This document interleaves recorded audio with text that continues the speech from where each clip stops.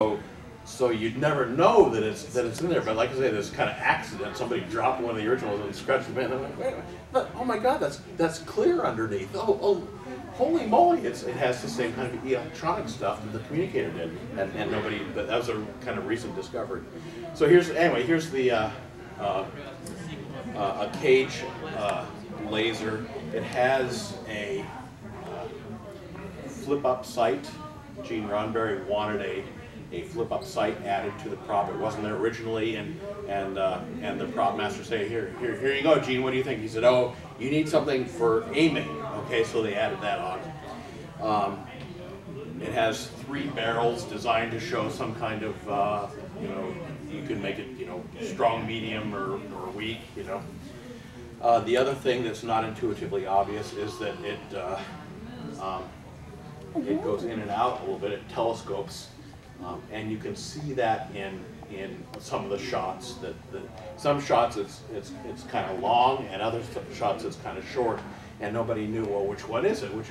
They made different kinds. Well, no, it turns out it telescopes, because this same guy who found one of the originals and dropped it, it's discovered that it had a telescoping barrel.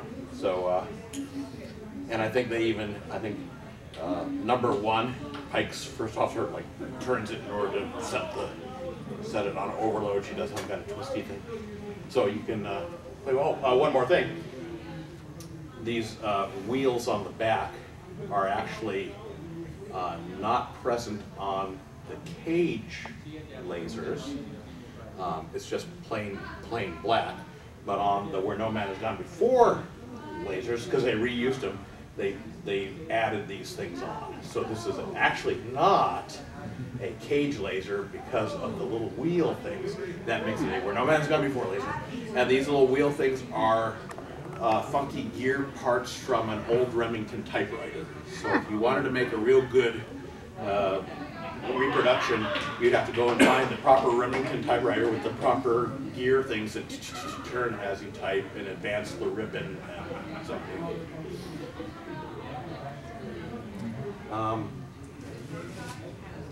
Cage. I'll show you this. This is anybody? Yes? Klingon disruptor? That is a Klingon disruptor crystal, yes. When it was, this has a bit of a history behind this prop. It had come off? Yes, this actually comes off.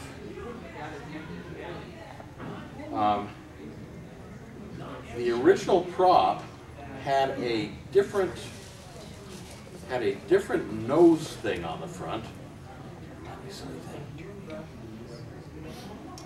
It had a slightly clunkier red and silver piece on the front, and it was used when Kirk and his gang went down to Mini R7, where they're having the computer wars. The Mini R is fighting with Vendikar, and they herd people off into these integrator chambers. And so this is the gun with the funny different front. And without this top silver thing, by the way, that was off. But it was this with the red and silver thing, without that they used on a Mini R7. And then and everybody had them. There were like a dozen. They're quick.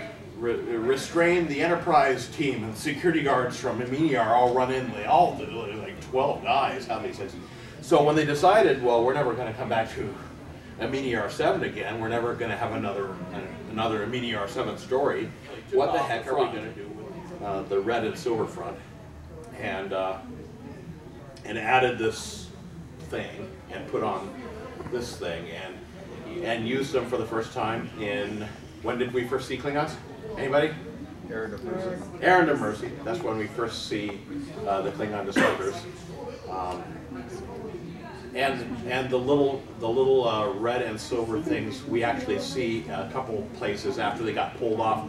We see them as some of McCoy's tools. But notably, we see them on there's a large clunky gray thing with 3 points on it, and those 3 points are 3 of those front red and silver things.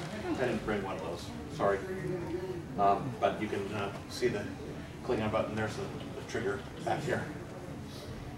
And that's designed by Matt Jeffries. And Matt Jeffries designed the Enterprise. Matt Jeffries designed the pistol phasers and the hand phasers. Matt Jeffries was the art designer for Star Trek.